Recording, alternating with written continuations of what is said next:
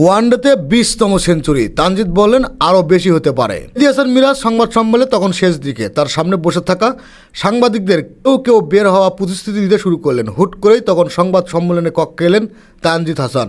আন্তর্জাতিক ক্রিকেটে প্রথম সেঞ্চুরি পেয়েছেন, নাহিদ রানার সঙ্গে যৌথভাবে হয়েছেন সিরিজ সেরাও। তার কথা শোনার কৌতূহল, তাই আরও কিছুক্ষণ লম্বা হলো প্রশ্ন উত্তর পর্ব। সেখানে তানজিদ বড় স্বপ্ন দেখার কথাই বলে গেলেন।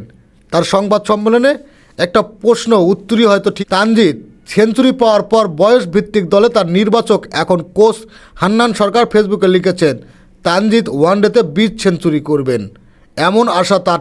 তানজিদও কি তেমন ভাবেন? এটার থেকেও বেশি হতে পারে, স্বপ্ন দেখতো তা কোনো সমস্যা নেই। তানজিদ হাসান বাংলাদেশের ব্যাটসম্যান।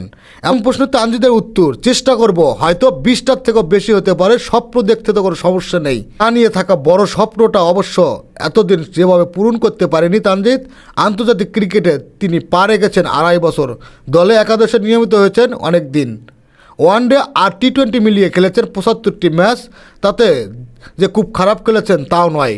ওয়ানডেতে 5টি 50 করেছেন, টি20তে 11টি, কিন্তু আন্তর্জাতিক ক্রিকেটে 16টি 50-র একটিও সেঞ্চুরি রূপ দিতে পারছিলেন না। ব্যাটসম্যানদের জন্য এমনই পরধম্য নাম সেঞ্চুরি। ওপেনার হওয়ার তানজিদের সুযোগটাই যেহেতু বেশি ছিল, তার দুঃখটা একটু বেশি হওয়ারই কথা।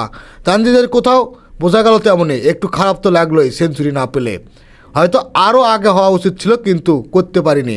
অনেকগুলো ভালো ইনিংস ছিল, সেগুলো টেনে নিতে পারিনি, যা অতীত হয়ে গেছে। ওদিকে তাকাতে চাই না, সামনে এগোতে চাই। আপডেট নিউজ পেতে চ্যানেলটি সাবস্ক্রাইব করে সাথে থাকুন।